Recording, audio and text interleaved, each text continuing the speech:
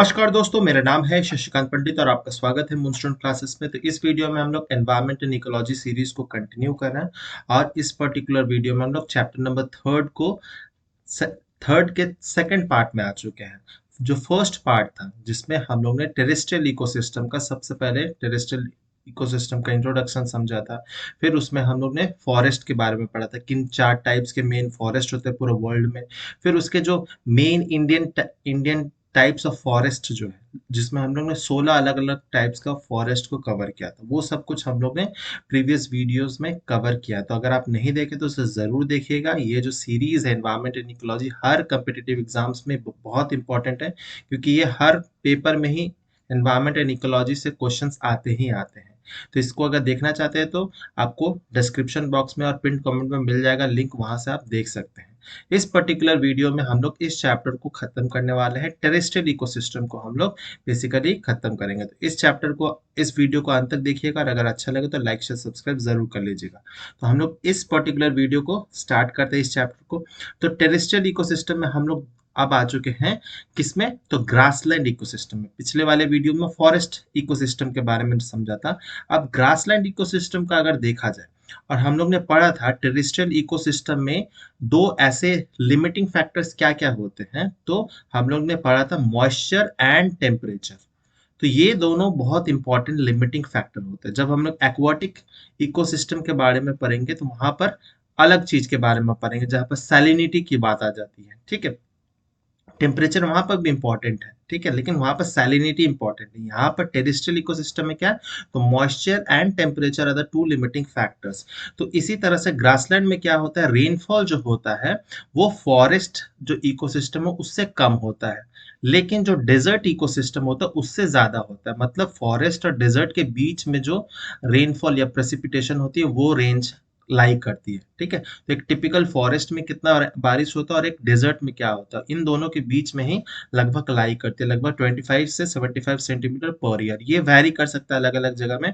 ठीक है, तो इतने बारिश में ना फॉरेस्ट हो सकता है और ना ही हमारा डेजर्ट बन सकता है। तो क्या बनता है, तो ये ग्रासलैंड बनता है। एक तो this is an intermediate type of ecosystem between a forest ecosystem and a desert ecosystem. ठीक है, तो यहाँ पर देख सकते हैं कि क्योंकि बारिश बहुत ज्यादा नहीं होती है, तो पेड़ होते हैं, बड़े बड़े पेड़ होते हैं, लेकिन बहुत दूरी दूरी पे, स्कैटर्ड ट्रीज जिसको कहा जाता है, बहुत दूरी पे होते हैं। ठीक है, एंड क्या होता है, ग्रासलैंड से समझ आ रहा होगा कि क्या होता है, इसमें ज्यादातर ग्रासेस ही प्रेजेंट होती हैं। ठीक है, तो typical grasslands are vegetation formation that are generally found in the temperate and the tropical climates.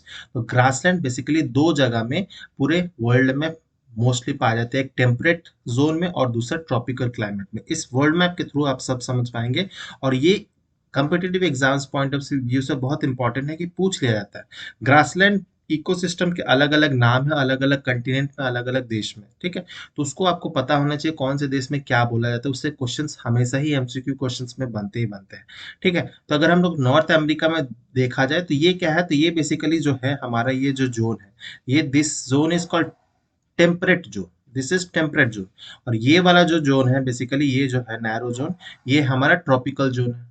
ठीक है, तो ये हमारा ट्रॉपिकल हो गया, ये हमारा टेम्परेट हो गया। तो टेम्परेट जोन में आप देख सकते हैं प्रेरीज आपको मिल जाएगा, ये नॉर्थ अमेरिका में मिलेगा, अमेरिका में बेसिकली मिलेगा। ठीक है, तो पुस्ताज भी एक होता है, बहुत छोटा सा होता है, ये यूक्रेन वाले रीजन में, यूक्रेन रोमानिया वाले रीजन में मिलता है। फिर स्टेपीज जो है बहुत ज्यादा मिल जाता है, ये भी यूक्रेन एंड रशिया के बहुत सारे हिस्सों में आपको स्टेपीज मिल जाएगा ग्रासलैंड इकोसिस्टम।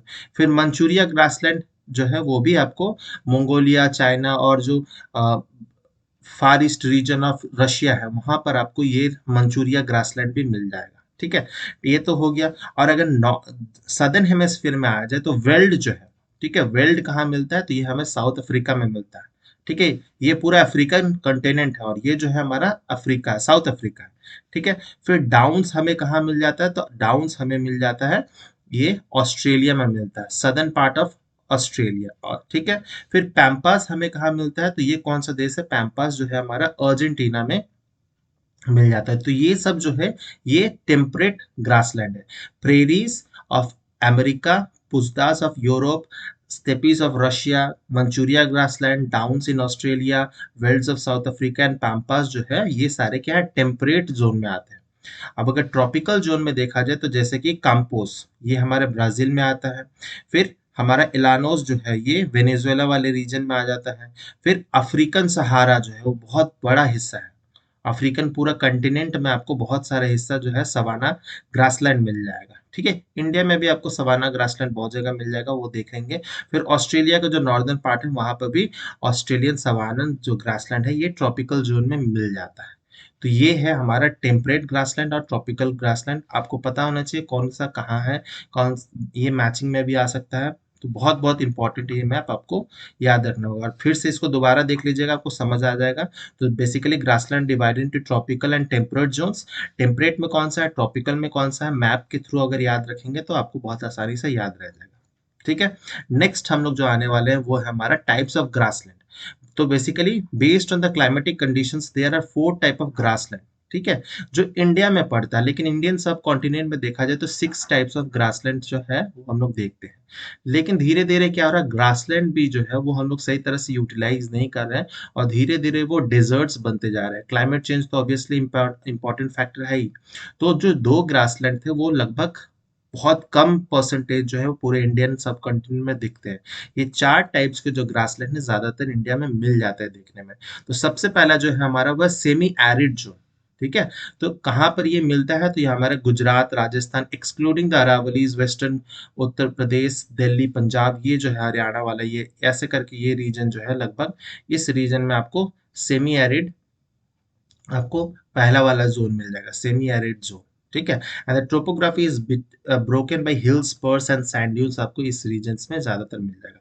ये सेमी एरिड, ये तो पूरा एरिड हो जाएगा, लेकिन अगर देखा जाए तो कुछ ऐसा पार्ट हो जाएगा, ये हमारा सेमी एरिड जोन में, ये this part will come in Thar desert. ठीक है, ये अलग ही हमारा इकोसिस्टम हो जाता है, वो डेजर्ट इकोसिस्टम में हम लोग देखेंगे।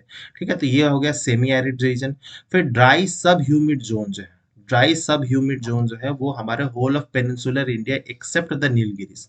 तो लगभग ऐसे रीजन में हमको मिल जाता है हमारा दूसरा नंबर, यानी ड्राई सब ह्यूमिड जोन। फिर मॉइस्ट सब ह्यूमिड जोन जो है हमारा कहाँ मिलता है, तो it covers the Ganga alluvial plane.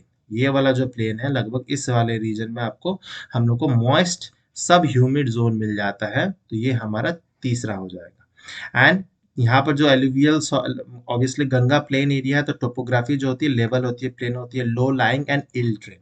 ठीक है, और चौथा जो है वो है ह्यूमिड माउंटेन रीजन। तो बेसिकली ये माउंटेनियस रीजन में आता है। Humid mountain regions and the moist sub humid areas of Assam, Manipur, ये जो नॉर्थ ईस्टर्न इंडिया है, Sikkim, northern part of West Bengal, Uttaranchal, ये सब जो है इस रीजन में भी ग्रासलैंड आपको मिल जाएगा। तो ये चौथा है। तो मेनली 4 टाइप्स के ये ग्रासलैंड जो है वो हमें इंडिया में मिलते हैं। तो आपको याद रखना होगा कौन कौन कौन सा है, मैपिंग में आ सकता है, अगर स्कूल के स्टूडेंट है तो उसमें दिया जा सकता है। ठीक है, तो ये इंपॉर्टेंट है। 2, 3 एंड 4 तो समझ आ गया होगा। तो लेकिन सबसे ज्यादा जो एरिया ऑक्युपाई करता है वो ड्राई सब ह्यूमिड जोन करता है, जो लगभग पेनिनसुलर इंडिया में मिल जाता है। और ये जो इंडिया में मिलता है ये बेसिकली क्या है, तो ये सवाना टाइप ऑफ ग्रासलैंड ही है, क्योंकि ये भी ट्रॉपिकल जोन में ही आ जाता है, क्योंकि यहाँ से ट्रॉपिक ऑफ जो हमारा कैंसर है वो पास होता है, तो ये ट्रॉपिकल जोन में ही आ जाता है। तो यहाँ पर ड्राई सब ह्यूमिड जोन जो है आपको मिल जाता है। ठीक है, एंड नेक्स्ट हम लोग समझेंगे वो है economic importance of a grassland.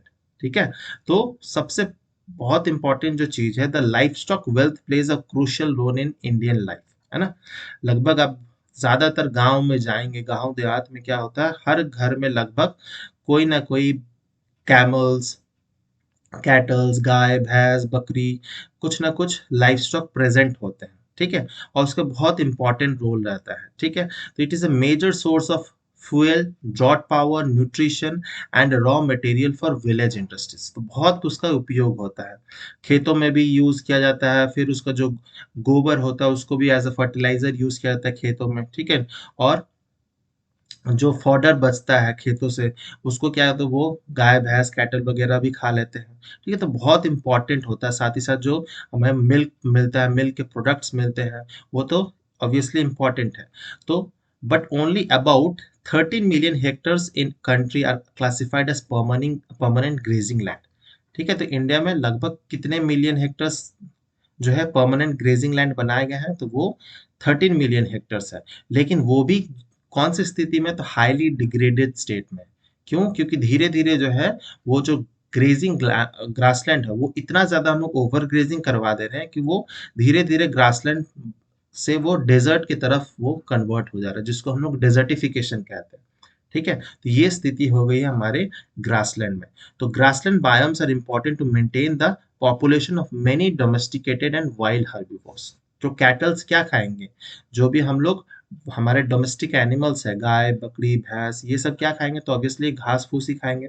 तो अगर उसको ग्रीन ग्रास वगैरह नहीं मिलेंगे तो ऑब्वियसली मिल्क प्रोडक्शन नहीं होगा, और वो हेल्दी नहीं रहेंगे तो वो यूज नहीं होगा, उनका यूटिलाइज नहीं हो पाएगा। ठीक है, तो जो हमारा लाइफ स्टॉक वेल्थ है वो क्या होगा? स्लोली स्लोली डिक्लाइन होते जा रहा है।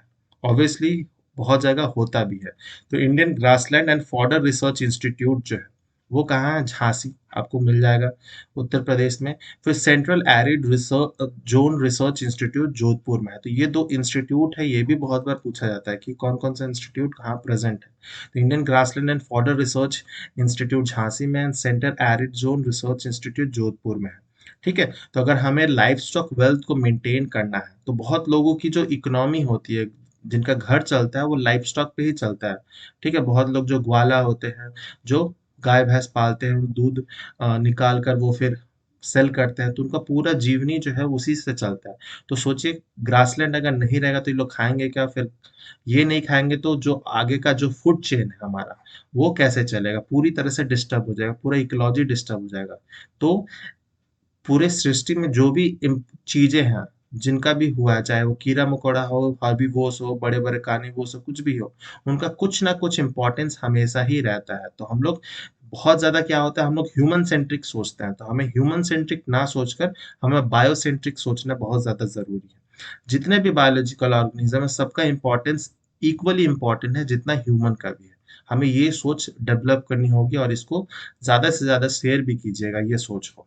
नेक्स्ट हम लोग जो पढ़ने वाले हैं वो हमारा इम्पैक्ट ऑफ ग्रेजिंग से क्या होता है। तो due to heavy grazing pressure, the quality of grassland deteriorates obviously, and the mulch cover of the soil reduces, microclimate becomes drier। ठीक है, तो अगर ग्रासलैंड जो है वो घास उड़ जाएंगे, ठीक है, तो जो मिट्टी होगी उस पे कोई भी ग्रीन कवर नहीं रहेगा, तो मिट्टी जो होगी वो लूज हो जाएगी, ड्राई हो जाएगी। मॉइस्चर जो मिट्टी की रहेगी वो मॉइस्चर कंटेंट धीरे धीरे कम हो जाएगी, क्योंकि सन की जो रोशनी होगी, रेडिएशन होगा, डायरेक्ट सॉइल पे पड़ेगा, और मॉइस्चर जो है वो इवापोरेट हो जाएगा। ठीक है, तो micro climate will become dryer and readily InvIT the xerophytic plant and borrowing animals. तो धीरे धीरे क्या होंगे, तो जो जीरोफिटिक प्लांट्स होते हैं, जो डिजर्ट के प्लांट्स एनिमल्स होते हैं, वो धीरे धीरे वहां पर आना शुरू करेंगे, और धीरे धीरे वो क्या बन जाएगा? एक डेजर्ट इकोसिस्टम में कन्वर्ट होते जाएगा। And also due to the absence of humus cover, mineral soil surface is heavily trampled when it waits, it produces a puddling of the surface layer। ठीक है, तो क्या होगा? ह्यूमस लेयर नहीं बचेगा। और हम लोग बहुत बार क्या करते हैं, वैसा सॉइल में क्या, वो मिट्टी जो होती है बहुत बार हम लोग उसको टीरेज करते हैं, बहुत बार जोतते हैं, तो उससे क्या होता है, जो सॉइल के माइक्रोपोर्स होते हैं वो भी पूरी तरह से टूट जाते हैं। तो जो वाटर होल्डिंग कैपेसिटी होती है वो पूरी तरह से डिस्टर्ब हो जाती है। ठीक है, तो वाटर जो रिटेंशन है वो अंदर तक जाएगा, वो नहीं होता है। तो in return it reduces the infiltration of the water into soil and accelerate the runoff। तो क्या होगा, पानी जो है वो खेतों में ऐसे जमा रह जाता है। तो आपने देखा होगा गांव में ज्यादातर बारिश जब भी होती है तो क्या होता है, पानी जो है जमा रह जाता है, फिर वो ओवरफ्लो करने लगता है, एक्सेलरेट द रन ऑफ। और साथ ही साथ क्या होता है, सॉइल का इरोशन भी होता है। तो सोचिए ग्रासलैंड कितना ज्यादा जरूरी है। ठीक है, तो हम लोग क्या करते हैं, पूरा उसको काट देते हैं, बहुत लोग उसको जला भी देते हैं जब वो सूख जाता है। ठीक है, तो these changes contribute to the reduction of energy flow. और अगर ग्रासलैंड ही नहीं बचेंगे तो हर्बीवोर्स नहीं बचेंगे, जो प्राइमरी कंज्यूमर्स है वही नहीं बचेंगे। और अगर प्राइमरी कंज्यूमर नहीं बचेंगे तो सेकेंडरी नहीं बचेगा, सेकेंडरी नहीं बचेगा तो टर्सरी नहीं बचेगा, अल्टीमेटली ह्यूमन जो टॉप कार्निवोर्स है, टॉप कंज्यूमर्स है, वो भी नहीं बचेंगे। तो अगर हमें अपनी चिंता है तो इनको भी देखना बहुत ज्यादा जरूरी है, क्योंकि ये सब जो है ये एक फूड वेव, ये एक फूड चेन के साथ लिंक्ड है। ठीक है, so there will be a disruption in the stratification and periodicity of the primary consumers producers. ठीक है, तो it result in the breakdown of the biogeochemical cycles, water, carbon and nitrogen. तो ये बहुत सारे में रीजनिंग टाइप ऑफ क्वेश्चंस में ऐसे दिए जाते हैं। ग्रेजिंग का क्या इम्पैक्ट पड़ता है, तो ये बहुत ज्यादा साइंटिफिक रीजंस है, और भी बहुत सारे आप रीजंस अपने हिसाब से बना सकते हैं। वाटर एंड विंड इरोशन जो है वो completely obviously डिटोरिएट्स the dry grassland micro climate, ठीक है। तो ये सब होगा तो वाटर इरोशन विंड इरोशन से और ज्यादा जो है वो जो माइक्रो क्लाइमेट है उस इकोसिस्टम को पूरी तरह से डिस्टर्ब करेगा, और धीरे धीरे जो है grassland ecosystem will turn into a desert ecosystem. अब role of fire grassland ecosystem में क्या कैसे इंपॉर्टेंट है, तो बहुत ये भी बहुत इंपॉर्टेंट बनता है, इससे भी क्वेश्चंस आते हैं कि fire plays an important role in the management of grassland. किस तरह से, तो जब मॉइस्ट कंडीशंस होते हैं, ठीक है, तो fire favours grasses over trees, ठीक है। तो जब भी मॉइस्ट कंडीशंस होते हैं तो fire favours grasses over trees, whereas in dry condition fire is often necessary to maintain grassland against the invasion of desert shrubs, ठीक है। तो जब भी मॉइस्ट कंडीशन, जब भी एटमॉस्फेयर में मॉइस्चर रहता है, ठीक है, तो फायर जो है वो ट्री को ना जलाकर बेसिकली ग्रासेस को जलाते हैं बेसिकली। लेकिन जब ड्राई कंडीशंस होते हैं तो it helps often necessary to maintain the grassland against the invasion of desert shrubs। desert shrubs ना बन जाए, अगर बहुत ड्राई कंडीशन में क्या होगा, ग्रासेस भी नहीं रहेंगे, तो डेजर्ट प्लांट जो है, डेजर्ट वेजिटेशन स्लाइटली ग्रो करना शुरू कर देते हैं। तो अगर फायर होगा तो वो उसी तरह से उसको भी जला देगा। तो both fire has a both positive and a negative role on the desert sorry on grassland ecosystem. And साथ ही साथ burning increases the forage yield. तो बर्निंग से क्या होगा कि न्यूट्रिएंट लेवल जो है सॉइल का वो ज्यादा बढ़ जाता है, तो ऑब्वियसली जो नए ग्रासेस होंगे वो भी बहुत ज्यादा में होंगे, तो फॉडर पर्पस के लिए बहुत ज्यादा हेल्पफुल रहेगा। तो इसीलिए रोल ऑफ फायर जो है in grassland ecosystem is both positive and negative. तो इस तरह से आप मॉइस्ट कंडीशन में और ड्राई कंडीशन में क्या होता है ये सब आप एक्सप्लेन कर सकते हैं। नेक्स्ट हम लोग जो समझने वाले हैं वो हमारा है दूसरा इकोसिस्टम में आ जाते हैं, वो हमारा डेजर्ट इकोसिस्टम है, ठीक है। तुंद्रा इकोसिस्टम, फॉरेस्ट इकोसिस्टम वो तो हो चुका है। इस वीडियो का हम लोग ने ये दूसरा कर रहे हैं, इसके पहले हम लोग ग्रासलैंड किया। अब डेजर्ट इकोसिस्टम में क्या होता है, तो डेजर्ट ऑब्वियसली जैसे मैंने बताया फॉरेस्ट होता है, ठीक है। फॉरेस्ट के बाद हमारा ग्रासलैंड हो गया, फिर ग्रासलैंड के बाद आ गया हमारा डेजर्ट। डेजर्ट में जो होता है बारिश जो होती है, रेनफॉल या प्रेसिपिटेशन जो होती है सबसे सबसे कम होती है, with less than 25 centimetre of annual rainfall, या फिर और sometimes in hot regions where there is more rainfall but unevenly distributed in the annual cycle. इसके कारण भी डेजर्ट बन सकता है, बारिश हो रही है लेकिन बहुत ज्यादा अनइवन है, ठीक है। अगर पूरे महीने में लगातार कुछ इंटरवल्स के इक्वल इंटरवल्स के बाद अगर बारिश हो रही है तो वो डेजर्ट नहीं बनेगा। लेकिन एक दिन बारिश हो गई, अगर 3 महीना 4 महीना तक कुछ बारिश ही नहीं हुआ, उसके कारण भी डेजर्ट जो है वो बन सकता है। तो दोनों ही कारण है, एक तो बारिश ही कम हो रही है, या फिर बारिश हो रही है लेकिन बहुत अनइवनली डिस्ट्रीब्यूटेड है, किसी पार्ट में हो रही है किसी पार्ट में नहीं हो रही है, तो वो वैसा बन सकता है। और ये लगातार अगर बन रहा है तो ऑब्वियसली 3-4 सालों में वो डेजर्ट बन ही जाता है, ठीक है। And lack of rain in the mid latitude is often due to the stable high pressure zone, ठीक है। जो टॉरिड जोन होता है, ट्रॉपिकल जोन होता है, वो हाई प्रेशर जोन होता है, ठीक है। And desert in the temperate regions often line the rain shadow areas. और जो टेम्परेट रीजन्स में मिलते हैं वहां पर क्या होता है, वो रेन शैडो एरियाज में पड़ जाते हैं, पहाड़ों के जो जहाँ पर विंडवर्ड साइड के जस्ट ऑपोजिट पड़ जाते हैं, जहाँ पर मॉइस्चर जो कंटेंट है फ्रॉम द सी वाटर, ठीक है, जो मॉइस्चर सी ओशन से आता है वो वहां तक पहुंच ही नहीं पाता है। तो मॉइस्चर अगर वहां तक नहीं पहुंचेगा, माउंटेन्स ब्लॉक कर देते हैं, तो मॉइस्चर नहीं पहुंचेगा तो ऑब्वियसली बारिश ही नहीं होगा।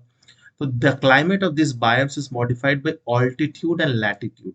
At high altitude and a greater distance from the equator, the deserts are cold and at hot near the equators and tropics. तो जैसे इंडिया में भी होता है, जितना जितना हम लोग इक्वेटर से दूर जाते हैं और ऑल्टीट्यूड बढ़ते जाती है, तो जो डेजर्ट मिलता है वो हमें कोल्ड डेजर्ट मिलता है, जैसे कि लद्दाख हो गया। Ladakh is basically cold desert, क्योंकि वो इक्वेटर से भी बहुत दूर है एंड ऑल्टीट्यूड भी बहुत ज़्यादा 16,000 फीट 17,000 फीट इतनी ऑल्टीट्यूड रहती है। लेकिन अगर इक्वेटर के हम लोग नज़दीक है, ट्रॉपिक्स के अगर नज़दीक है, तो हमें ज़्यादातर जो डेजर्ट मिलते हैं वो क्या होता है, वो हॉट डेजर्ट होता है। जैसे हमारा थार डेजर्ट है, सहारा डेजर्ट है, ये सब क्या है, ये हमारा हॉट डेजर्ट्स आते हैं। इसके बारे में भी हम लोग आएंगे। Water is the most dominating limiting factor in a desert ecosystem. Obviously, the productivity of the given desert is almost directly dependent on the rainfall. जब भी थोड़ी बहुत बारिश होती है, whenever suitable conditions होते हैं, तो थोड़ा बहुत आपको वहाँ पर पेड़ पौधे या एग्रीकल्चर किया जा सकता है, या फिर जो वैसे प्लांट लगा सकते हैं जिसका वाटर रिक्वायरमेंट जो है वो बहुत कम होते हैं, जैसे मिलेट्स जो होते हैं, ज्वार बाजरा रागी, ये सब क्या होता है, बहुत ज्यादा पानी की डिमांड नहीं होती है, तो हम लोग वैसे प्रोडक्टिव एग्रीकल्चरल लैंड को ग्रो करा सकते हैं डेजर्ट में, और ये होता भी है। ठीक है, अब कुछ एडेप्टेशन फीचर्स देख लेते हैं डेजर्ट में, जो फ्लोरा एंड फौना प्रेजेंट होते हैं वो किस तरह से डेजर्ट इकोसिस्टम को अडाप्ट करते हैं। ठीक है, तो these plants conserve water by the following method. तो ऑब्वियसली डेजर्ट में क्या होता है, तो पानी की कमी होती है, तो वो पानी को किस तरह से वो किस तरह से उसको बचाते हैं। ठीक है, तो जो भी ज्यादातर प्लांट जो है वो मिलता है डेजर्ट में, वो मोस्टली श्रब्स होते हैं, श्रब्स या उससे नीचे हर्ब्स मिलेंगे। बड़े बड़े पेड़ वहां पर बहुत कम ही मिलेंगे, बहुत दूर दूर मिलेंगे, या आपको कभी भी आप डेजर्ट में गए होंगे तो बहुत बड़े बड़े पेड़ नहीं मिलेंगे, ज्यादातर श्रब्स मिलेंगे। और लीव्स जो होते हैं मिलेंगे भी, लीव्स आर एब्सेंट और रिड्यूस्ड इन साइज। लीव्स अगर मिलेंगे भी तो छोटे होंगे या फिर होंगे ही नहीं, उनके बजाय में क्या होगा, तो स्पाइक्स होंगे, कांटे होंगे, बेसिकली स्पाइन्स होंगे। ठीक है, and leaves and stems are succulent and water storing. तो जैसे ये कैक्टस होता है, कैक्टस के अंदर क्या होता है, जो स्टेम होते हैं वो सक्लेंट होते हैं, उसमें ज्यादातर पानी स्टोर करके वो रखते हैं। ठीक है, and in some plant the stem also contain chlorophyll for photosynthesis. क्योंकि लीफ नहीं है, तो जो स्टेम होता है वो भी क्या करता है, वो फोटोसिंथेसाइज कर लेता है। ठीक है, तो ये भी बहुत एक अडेप्टेशन फीचर है प्लांट्स में। और जो रूट सिस्टम होता है वो काफी वेल डेवलप्ड होता है और काफी ज्यादा स्प्रेड आउट होता है, बहुत ज्यादा उसकी जड़ें जो होती है बहुत बहुत बड़े बड़े होते हैं। ठीक है, तो the annuals wherever present germinate bloom and reproduce only during the short rainy season। जो annuals होते हैं जो पूरे साल ग्रो करते हैं, तो जब भी बारिश होती है तभी वो जर्मिनेट करते हैं और उनका ग्रोथ होता है, and not in summers and winters में उनका ग्रोथ जो है नहीं होता। तो ये प्लांट्स के बेसिकली अडेप्टेशन फीचर होते हैं।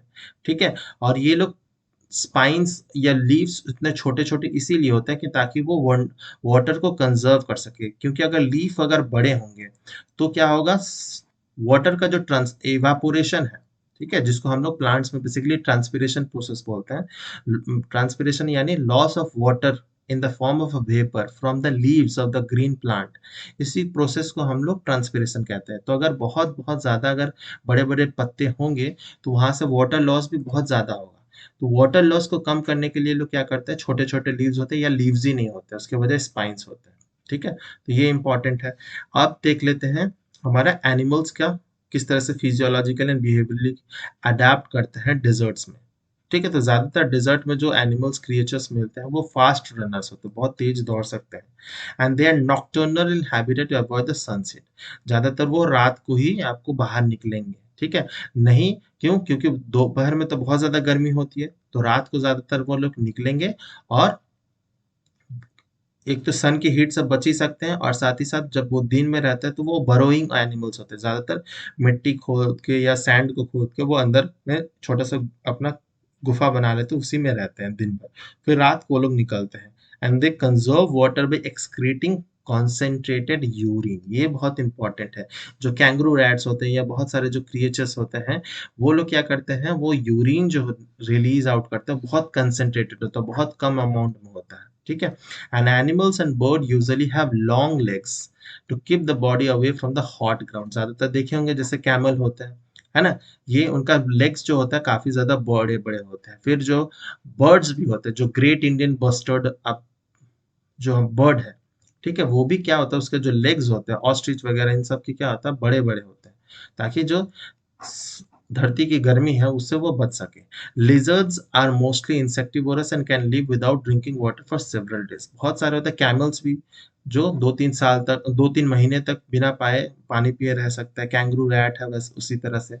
ज्यादातर फिर रेप्टाइल्स वगैरह भी बहुत मिल जाते हैं, rattlesnake वगैरह। Herbivorous animals get sufficient water from the seeds which they eat. और जो कुछ थोड़े बहुत हर्बीवोरस एनिमल्स प्रेजेंट होते हैं, वो ज्यादातर जो सीड्स होते हैं वही खाकर उनको पानी वगैरह मिलता है। और कैमल, जो camel is known as the ship of the desert. It can travel long distance without drinking water for several days या सेवरल मंथ ऑल्सो। और वो जो है सैंड पे बहुत तेज भाग भी सकते हैं, तो बहुत इंपॉर्टेंट ये रोल प्ले करते हैं एक डेजर्ट इकोसिस्टम में। तो ये हमारा कुछ एडेप्टेशन फीचर्स हैं फॉर एनिमल्स के लिए, प्लांट्स के लिए और एनिमल्स के लिए दोनों हम लोग ने देख लिया। अब हम लोग टाइप्स ऑफ अगर डेजर्ट में आएंगे, इंडिया में कौन कौन सा है, तो हॉट डेजर्ट और कोल्ड डेजर्ट दोनों ही मिलता है। जो दो इंडिया में जो मिलता है थार डेजर्ट, ज्यादातर कौन से हिस्से में हमारा, तो राजस्थान में मिल जाएगा, और गुजरात का सम पार्ट, इवन थोड़े से हरियाणा के पार्ट में भी आपको मिल जाता है, Haryana and even Punjab maybe. The climate of this region is characterized by excessive drought. The rainfall became being scanty and irregular. ना के बराबर इसमें बारिश होती है, और जो अगर हम लोग वेस्टर्न साइड में जितना जाते जाएंगे पाकिस्तान बॉर्डर के आसपास, वहां पर बारिश जो होती है, रेनफॉल बहुत बहुत कम होता है। ठीक है। एंड नवंबर से मार्च के बीच में extreme variation between the temperatures आपको दिखने मिल जाता है। जब रात को टेम्परेचर जो होती है, ठीक है, नवंबर से मार्च के समय में टेम्परेचर फ्रीजिंग हो जाता है, 0 डिग्री से भी कम हो जाता है, माइनस में भी बहुत समय चल जाता है। ठीक है। और इसका कारण क्या है? ठीक है, टेम्परेचर जो होता है, दिन को तो बहुत ज्यादा गर्मी रहती है, और रात को ये ठंडा उतना ही ज्यादा हो जाता है, क्योंकि वेजिटेशन नहीं होता है। ठीक है, साथ ही साथ मॉइस्चर कंटेंट भी नहीं होता। तो अगर मॉइस्चर कंटेंट नहीं रहेगा, वाटर वेपर नहीं रहेंगे, तो जो भी सन की रोशनी पड़ती है, ठीक है, सन की रोशनी पड़ती है, उसको कोई कैप्चर या उसको पकड़ के नहीं रखता है। तो सन की रोशनी आई, वो रिफ्लेक्ट बैक होके चली गई। तो जैसे जैसे सन की रोशनी जब नहीं रहेगी, तो क्या होता है, जो रेत होती है वो ठंडी होने लगती है, आसपास का एनवायरनमेंट भी ठंडे होने लगता है। क्यों? क्योंकि ह्यूमिडिटी ना के बराबर होती है, बहुत ड्राई होता है वहां पर। ठीक है, रिलेटिव ह्यूमिडिटी बहुत बहुत 20%, 15% ऐसी भी होती है बहुत सारे डेजर्ट में। तो इसीलिए यहाँ पर रात को ठंडी उतनी ही पड़ती है और गर्मी भी उतनी ही पड़ती है। ठीक है। And the climate is hostile to all vegetation, only plants and animal possessing special adaptation, जो मैंने अभी डिस्कस किया, वही यहाँ पर रह सकते हैं। आप अगर चाहें तो यहाँ पर रहना बहुत मुश्किल हो जाएगा। ठीक है। तो स्पेशली अगर गर्मी के दिनों में जा रहे हैं, तो टेम्परेचर जो है लगभग 50-55 डिग्री सेल्सियस भी बहुत सारे डिजर्ट है जहाँ पर 55-60 तक चल जाता है। ठीक है, गर्मी के दिनों में, और रात को उतना ही टेम्परेचर फ्रीजिंग हो जाता है, तो तबीयत खराब होना बहुत आसान है यहाँ पर। ठीक है। नेक्स्ट जो हम लोग पढ़ेंगे फ्लोरा एंड फौना के बारे में।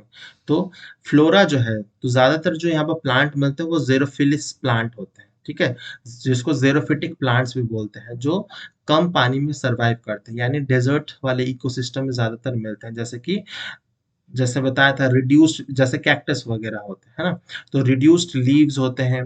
ठीक है, थिक हेयरी ग्रोथ होता है, सकेलेंट होते हैं, coating of wax and thick cuticle, जो पत्ते होते हैं वो बहुत ज्यादा थिक होते हैं, मोटे होते हैं, और वैक्सी कोटिंग होती है। वैक्सी कोटिंग से क्या हो जाता है, जो स्टोमाटा होता है वो अंदर में रहता है, और स्टोमाटा अंदर में रहेगा तो वाटर का जो लॉस होगा वो कम हो सकता है। ठीक है, लाइट को पेनिट्रेशन जो है उसको रिड्यूस कर दिया जाता है विद द वैक्सी कोटिंग। ठीक है, तो ये सारे जो है अडेप्टेशन फीचर्स हैं इन डेजर्ट इकोसिस्टम। अब फौना में देखा जाए, तो it is home to some of the India's most magnificent grassland bird.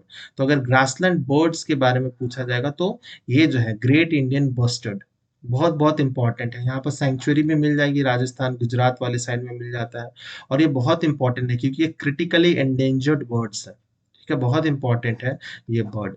ये इंडिया में और पाकिस्तान में मिलता है, पाकिस्तान में भी बहुत बहुत कम हो चुका है। इंडिया में मिल जाएगा, आंध्र प्रदेश, डेक्कन रीजन में, पेनिनसुलर प्लेटू में भी कहीं कहीं मिल जाता है ये ज्यादातर, लेकिन गुजरात और राजस्थान वाले एरिया में ही मिलता है। फिर उसके साथ साथ ब्लैक हिरन, जो काला हिरन, wild ass, chinkara, caracal, sand grouse, desert fox, ये सब जो है मिल जाता है। फिर the nesting grounds of flamingos, जो ब्यूटीफुल बर्ड्स आते हैं ज्यादातर, जो अभी जो हमारा ठंडी के समय में आते हैं। ठीक है, फ्लेमिंगोज आते हैं। ठीक है, नेस्टिंग ग्राउंड होता है जब साइबेरिया वाले रीजन से आते हैं। एंड एशियाटिक वाइल्ड एस जो है, वो भी आपको ग्रेट रन ऑफ कच्छ जो है, ठीक है, वहां पर भी आपको मिल जाता है देखने में।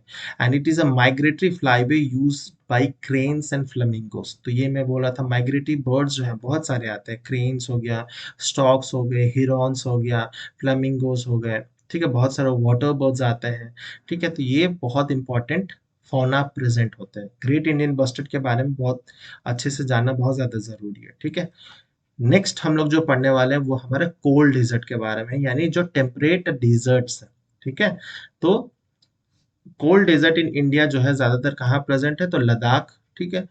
Kargil of Kashmir and Spiti valley of Himachal Pradesh, ठीक है। तो ये इस रीजन में some northern part of Uttaranchal and Sikkim में भी कहीं कहीं मिल जाएगा, लेकिन ज्यादातर हिस्सा जो है कोल्ड डिजर्ट का वो लद्दाख वाले रीजन में ही है, ठीक है। क्योंकि ये जो है ये बेसिकली रेन शैडो एरिया में पड़ जाता है। तो पीर पंजाल के पहाड़ जो आ जाते हैं बीच में, तो जो मॉइस्चर जाता है, मॉइस्चर वाला विंड जाता है, वो ब्लॉक हो जाता है, उस तरफ जा ही नहीं पाता। इस तरफ नहीं आएगा तो ऑब्वियसली क्लाउड फॉर्मेशन नहीं होगा, बारिश नहीं होगी। तो इसीलिए इधर में बहुत बहुत कम, वेस्टर्न डिस्टर्बेंस के कारण भी बहुत बारिश ना के बराबर होती है। And these arid areas are not affected by Indian monsoon because they lie in the rain shadow area of the Himalayan mountain system. And यहाँ पर obviously extreme cold weather होता है, extreme extreme extreme होता है। बहुत सारे glaciers मिल जाएंगे, जैसे आपने सुना होगा सियाचिन ग्लेशियर्स के बारे में, ठीक है। तो वहां पर जो टेम्परेचर होता है -50, -60, -70 तक भी कभी कभी पहुंच जाता है। तो सोच सकते हैं वैसे कंडीशंस में एक्सट्रीम टेम्परेचर में रहना ही बहुत मुश्किल है, ठीक है। Isolated, scattered and over graced herbaceous shrubs वगैरह, कुछ कुछ प्लांट जैसे सीबक थॉर्न हो गया, ठीक है, छोटे मोटे मॉसेस, लाइकेंस वगैरह कुछ कुछ मिल जाएंगे, इससे ज्यादा नहीं मिलेगा। और ग्रेजिंग पीरियड जो होता है समर्स के समय ही होता है, लगभग 3 से 4 महीने के बीच होता है, वो भी बहुत कम। अब धीरे धीरे ये भी कम होने लगा। एग्रीकल्चर भी बहुत ना के बराबरी इस रीजन में होता है। और यहाँ पर जितने भी लोग रहते हैं, ठीक है, उनका भी सर्वाइवल बहुत ज्यादा प्रॉब्लम वाला है। नोमैडिक पीपल्स होते हैं जनरली, समर्स के समय में वो लोग हाई ऑल्टीट्यूड्स पे जाते हैं, ठीक है। और जैसे जैसे वो, क्योंकि हाई ऑल्टीट्यूड्स में क्या होता है, बर्फ जमे होता है, तो विंटर्स में बर्फ जमे होता है, और जैसे समर आता है वो बर्फ जो पिघल जाता है, तो वहां पर मॉइस्चर आ जाता है। मॉइस्चर आने की वजह से क्या होता है, वहां पर थोड़ा ग्रेजिंग जोन जो है, घास वगैरह जम हो जाता है। तो जो भी जो उनके बैल बकरी वगैरह होते हैं, तो वो ले जाते हैं समर्स के समय में हाई ऑल्टीट्यूड पे। तो वहां पर उसको ग्रेजिंग कराते हैं 2-3 महीना, फिर अगेन जैसे ही ठंडी शुरू होती है वो वापस नीचे साउथ के तरफ में लो ऑल्टीट्यूड वाले रीजन में आ जाते हैं। तो वो ज्यादातर नोमैडिक पीपल ही होते हैं वहां पर भी, ठीक है। एंड कैरेक्टर्स बेसिकली क्या है, सीवियर है, एरिड क्लाइमेट है, ड्राई एटमोस्फेयर है। टेम्परेचर जो मैं हम बताया हमेशा ही 0 डिग्री के आसपास या उससे कम होती है, विंटर्स में -50 तक चल जाता है आराम से। हेवी स्नोफॉल वाला रीजन है, जब नवंबर से मार्च के बीच में स्नोफॉल होता है। सॉइल टाइप जो है वहाँ पर सैंडी या सैंडी लोम है, ठीक है। ग्लेशियस रीजन में तो ऑब्वियसली वहां पर आपको सॉइल दिखने को ही नहीं मिलेगा। सॉइल पीएच जो होता है न्यूट्रल से स्लाइटली एल्कलाइन होता है। And soil nutrient obviously humus content नहीं है, मिनरल कंटेंट नहीं है, तो पुअर ऑर्गेनिक मैटर कंटेंट होता है, ठीक है। ये इसीलिए यहाँ पर एग्रीकल्चर भी नहीं हो पाता है। विंड इरोशन बहुत कॉमन है, बारिश नहीं होगी तो वेजिटेशन नहीं होगा, वेजिटेशन नहीं होगा तो ऑब्वियसली विंड इरोशन होगा ही होगा। And due to aforesaid extreme cold climates, growth of vegetation is slow and stunted in nature, ठीक है। तो ये देख सकते हैं बायोडाइवर्सिटी जो वहां पर प्रेजेंट है, बहुत सारे आपको फौना मिल जाएगा, जैसे कि एशियाटिक आइबेक्स, कुछ कुछ जो है वो आपको पता होना चाहिए। दो चार आपको नाम याद रखना होगा, तिब्बतियन अर्गाइल, फिर लद्दाख उरियल, भरल, तिब्बतियन एंटीलोप जिसको चीरू कहते हैं, Tibetan gazelle, wild yak, snow leopard, brown bear, Tibetan wolf, wild dog, Tibetan wild ass जिसको कियांग बोलते हैं, बहुत इंपॉर्टेंट है, is a close relative of the wild Indian wild ass. Woolly hare, black necked crane, black necked crane जो है ये basically bird है, ठीक है। और ये बहुत बहुत रेयरली हमको देखने मिल जाती है, ये भी साइबेरिया रीजन से ही आते हैं। फिर ड्राई टेम्परेचर जोन्स में जो पेड़ पौधे मिल जाता है, बेटुला, सैलिक्स, जूनिपर्स के मिल जाते हैं। अल्पाइन जोन्स में जूनिपर्स, बर्च, रोडोडेंड्रॉन और थोड़े बहुत जो ग्रासेस, लाइकेंस है वो मिल जाता है। एंड परपेचुअल स्नोफॉल जब होता है, जब भी बहुत ज्यादा बारिश स्नोफॉल होने लगता है, तो ऑब्वियसली सॉइल आपको देखने ही नहीं मिलेगा, परमानेंटली फ्रोजन सॉइल आपको मिल जाता है।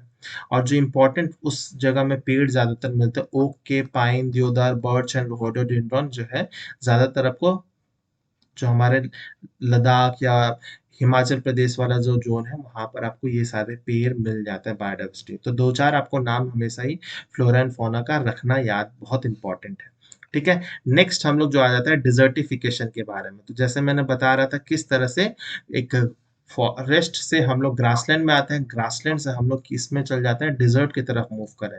जब डिजर्ट लाइक कंडीशंस हो जाते हैं, जब बारिश नहीं होती है, तो वेजिटेशन नहीं होता है, वेजिटेशन नहीं होता है तो ऑब्वियसली वो धीरे धीरे डेजर्ट लाइक कंडीशंस बनते जाते हैं, ठीक है। And in same arid and semi arid regions the restoration of fragile ecosystem is very slow and issues like deforestation mining enhances desertification। एक तो नेचुरल कारण हो गया, बारिश नहीं हो रही, क्लाइमेट चेंज हो गया, एल नीनो लालीना इसके कारण हो रहा है, तो वो समझा जा सकता है कि वो नेचुरल है। लेकिन ज्यादातर जो डिजर्टिफिकेशन का कारण है वो ह्यूमन बींग्स ही है। तो पेड़ अगर अंधाधुंध हम लोग काटेंगे या फिर माइनिंग करेंगे, जैसे कॉपर माइनिंग राजस्थान में बहुत होता था, ठीक है, और हम लोग उस इकोसिस्टम को प्रिजर्व करके नहीं रखेंगे, ठीक है, पेड़ पौधे नहीं लगाएंगे, तो वो ऑब्वियसली डेजर्ट इकोसिस्टम होगा ही, ठीक है। फिर desertification is the main problem faced by desert adjoining area Rajasthan, Gujarat, Punjab, Haryana. लेकिन ये सिर्फ इसी एरिया में नहीं है, मेरा कहना है ये पूरे रीजन में ही आपको पूरे इंडिया में ही मिल जाएगा, ठीक है। ज्यादातर हिस्सों में ऐसा मिल जाएगा जहां पर अगर आप 10 साल पहले देखेंगे या 20 साल पहले देखेंगे उस रीजन को, तो कितना हरा-भरा लगता था। अब धीरे-धीरे क्या हो रहा है, वहाँ पर आपको पेड़-पौधे ही नहीं मिलेंगे, डेज़र्ट्स आपको नज़र आ जाएँगे। तो ये बेसिकली क्या है, डेज़र्टिफ़िकेशन की तरफ ही हम लोग शिफ्ट हो रहे हैं। एंड कॉजेज़ जो है ज़्यादातर हमारा मैन मेड कॉज़ है, ह्यूमन कॉज़ है, ठीक है? जैसे पॉपुलेशन प्रेशर बहुत ज़्यादा हो रहा है, तो पॉपुलेशन प्रेशर अगर होगा तो लोग को रहने के लिए घर चाहिए, तो घर के लिए वो लोग क्या कर रहे हैं, जंगलों को साफ कर रहे हैं। जंगल को साफ करके वो लोग वहाँ पर घर बना रहे हैं, तो जो भी पेड़-पौधे थे वो कट जा रहे हैं, तो धीरे-धीरे क्या हो रहा है, आपका ग्रासलैंड जो वहाँ का वेजिटेशन है वो डिस्टर्ब हो रहा है और वो डेज़र्ट की तरफ बढ़ रहा है। फिर increase in the cattle population हो रहा है, ओवर ग्रेज़िंग भी बहुत ज़्यादा होता है। फिर इंक्रीज़्ड एग्रीकल्चर, बहुत ज़्यादा खेत फॉरेस्ट को या हम लोग जो भी ग्रासलैंड है उसको क्लियर करते हैं ताकि वहाँ पर खेती-बाड़ी कर सकें। क्यों? क्योंकि पॉपुलेशन राइज़ हो रहा है, तो फूड का डिमांड भी बढ़ेगा। डेवलपमेंटल एक्टिविटीज, पार्क बनाना है, इंफ्रास्ट्रक्चर, रोड इंफ्रास्ट्रक्चर, कोई प्लांट बनाना है, तो सब कुछ वहीं पर हो रहा है।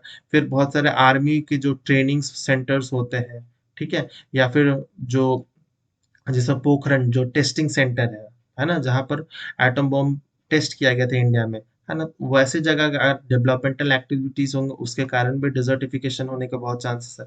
डिफॉरेस्टेशन तो ऑब्वियसली प्राइमरी कॉज ऑफ है ही है, ठीक है। एंड अगर हम लोग डेटा देखे जाए तो 81.45 मिलियन हेक्टेयर्स ऑफ एरिया जो है पूरे कंट्री का, वो क्या है, is under the problem of desertification, ठीक है, या उस डेजर्ट में कन्वर्ट हो चुके हैं या वो कगार पे है कि वो आने वाले कुछ सालों में वो डेजर्ट्स बन ही जाएंगे। तो सोच सकते हैं कितना अमाउंट ऑफ एरिया जो है वो डेजर्ट, लगभग ये हमारे लगभग हमारा ये 24-25% ऑफ टोटल इंडिया का जोग्राफिकल एरिया ऑक्युपाई करता है। बहुत इंपॉर्टेंट है, ये सोचना बहुत ज़्यादा ज़रूरी है। कंट्रोल मेजर्स क्या-क्या है? ठीक है, तो इंडिया जो है यूनाइटेड नेशन का एक ऑर्गेनाइजेशन भी है, जिसको कहते हैं United Nation Convention to combat desertification, UNCCD, ठीक है। तो ये जो है सिर्फ इंडिया में ही नहीं है, डेजर्टिफिकेशन का प्रॉब्लम है, होल वर्ल्ड वाइड है ये प्रॉब्लम, ठीक है।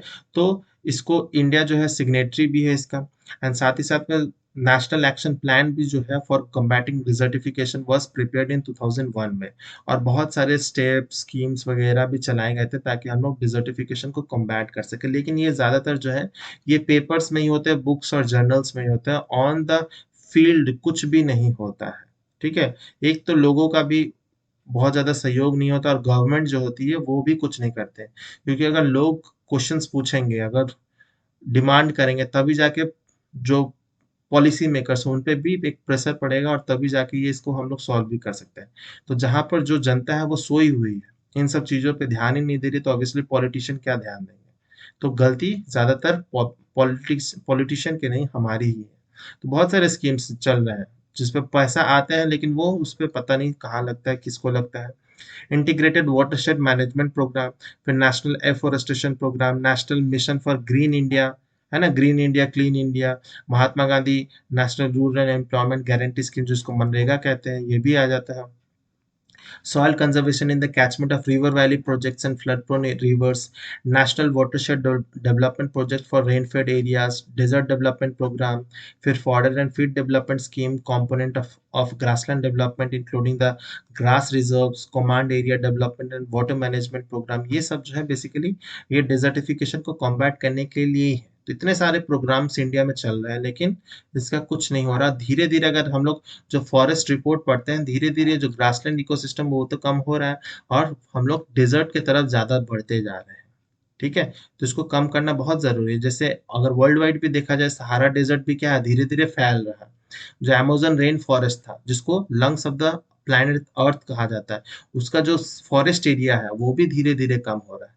तो ये वर्ल्ड वाइड प्रॉब्लम है, पूरे वर्ल्ड को ध्यान रखने की ज़रूरत है। फिर एफॉरेस्टेशन एंड रीफॉरेस्टेशन एक बहुत इंपॉर्टेंट कंसेप्ट है, जो बहुत सारे स्टूडेंट्स को कन्फ्यूज़न रहता है।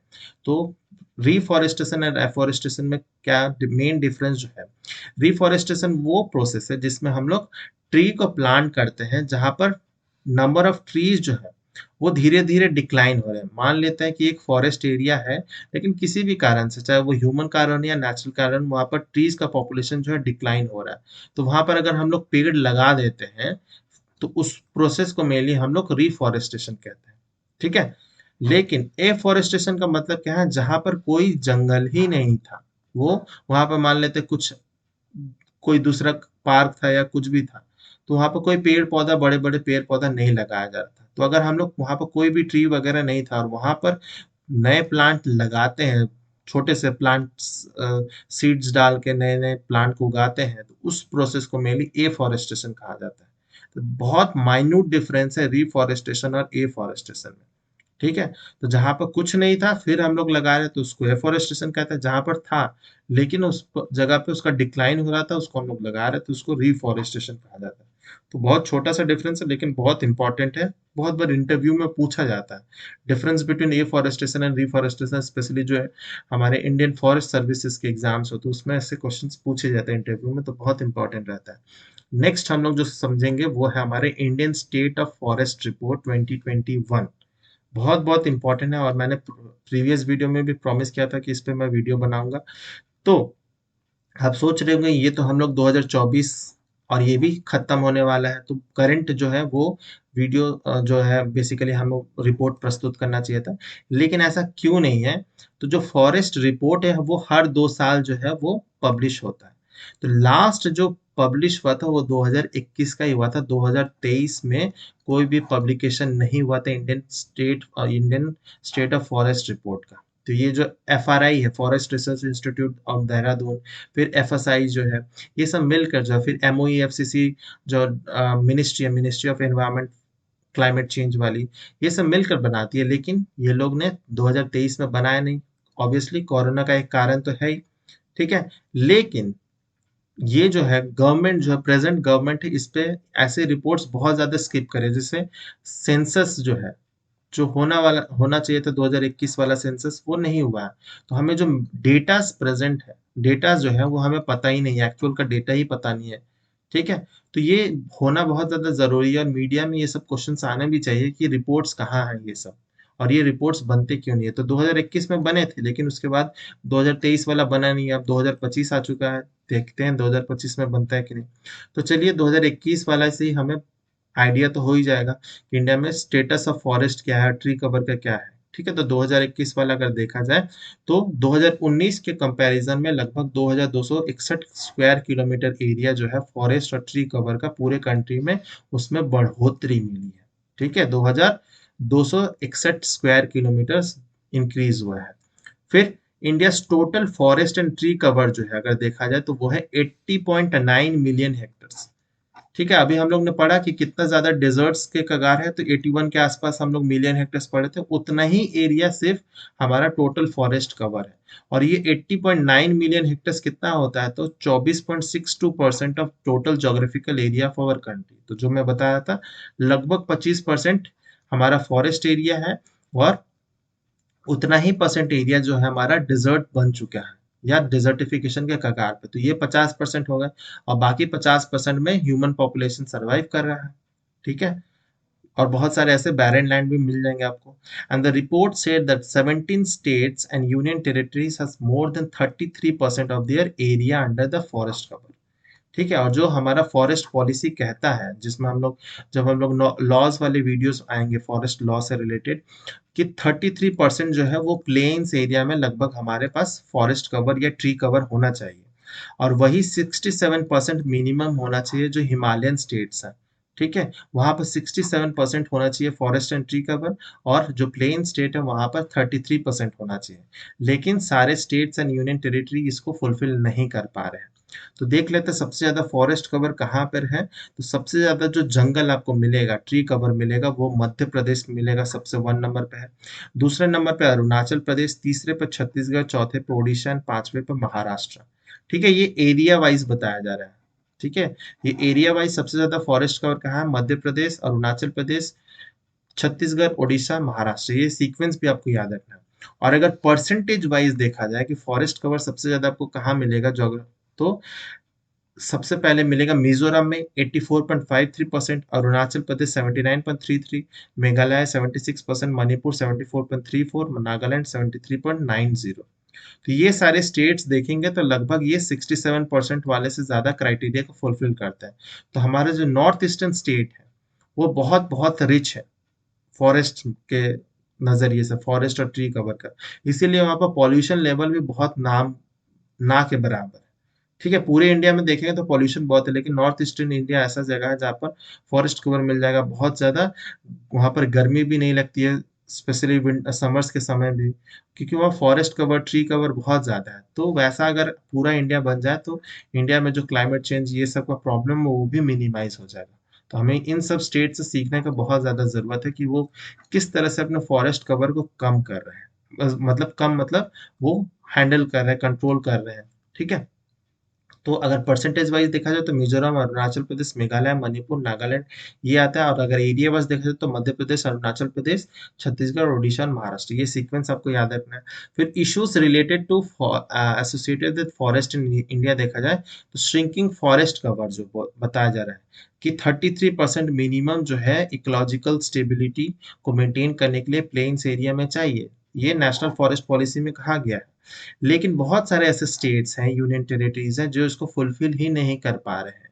ठीक है, तो फॉरेस्ट कवर हम लोग को, ट्री कवर जो, बहुत सारे स्टेट ऐसे भी हैं जहाँ पर फॉरेस्ट कवर पिछले साल के मुताबिक उसमें कंपैरिजन वहां पर डिक्लाइन भी हुआ है। कुछ स्टेट में ऑब्वियसली इंक्रीज हुआ है, तो बहुत सारे ऐसे भी स्टेट है जहाँ पर डिक्लाइन हुआ है।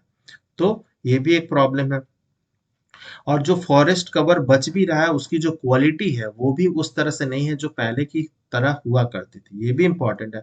फॉरेस्ट नंबर से अगर इंपॉर्टेंट नहीं है, उसका क्वालिटी भी मेंटेन रखना बहुत ज्यादा जरूरी है।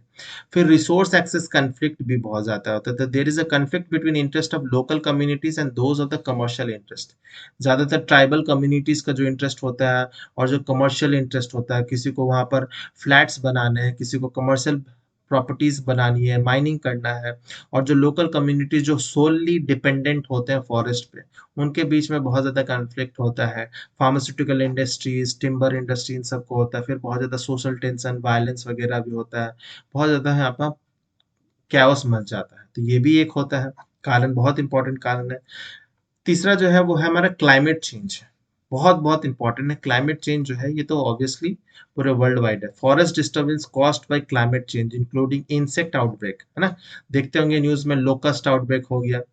ठीक है, तो इंसेक्ट आउटब्रेक हो गया, फिर या फिर इन्वेसिव स्पीसीज का आना हो गया, which is caused by due to climate led migrations. इसके कारण भी होते हैं। इन्वेसिव स्पीसीज वैसे स्पीसीज होते हैं जो इंडिजिनस स्पीसीज को ग्रो नहीं करने देते, सर्वाइव करने नहीं देते, वो खुद अपना सर्वाइव कर लेते हैं, लेकिन इंडिजिनस स्पीसीज जो होता है उनका कम हो जाता है। फिर वाइल्ड फायर्स, फॉरेस्ट फायर बहुत होते हैं, storms, reduce forest productivity, changes species distribution. ये सब के कारण क्या हो रहा है, क्लाइमेट चेंज के कारण ये सब कुछ है, पूरा जो इकोलॉजिकल बैलेंस है वो भी डिस्टर्ब हो रहा है।